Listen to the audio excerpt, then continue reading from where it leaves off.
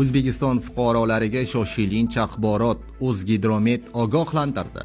9 ta viloyatda istiqomat qiluvchi fuqarolar ushbu videorolikni o'tkazib yubormasdan albatta ko'rishingiz shart. Assalomu alaykum, hurmatli tomoshabinlar. O'zbekiston va jahonda sodir bo'layotgan eng so'nggi va dolzarb xabarlarni o'tkazib yubormaslik uchun hoziroq like tugmachasini bosib qo'yishni unutmang.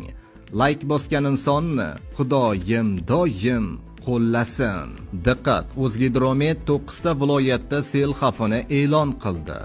10 apreldan 12 aprel kunlari kutilayotgan yomg'irlar yog'ishi sababli respublikaning tog'oldi va tog'li hududlarida sel oqimlari yuzaga kelishi mumkin.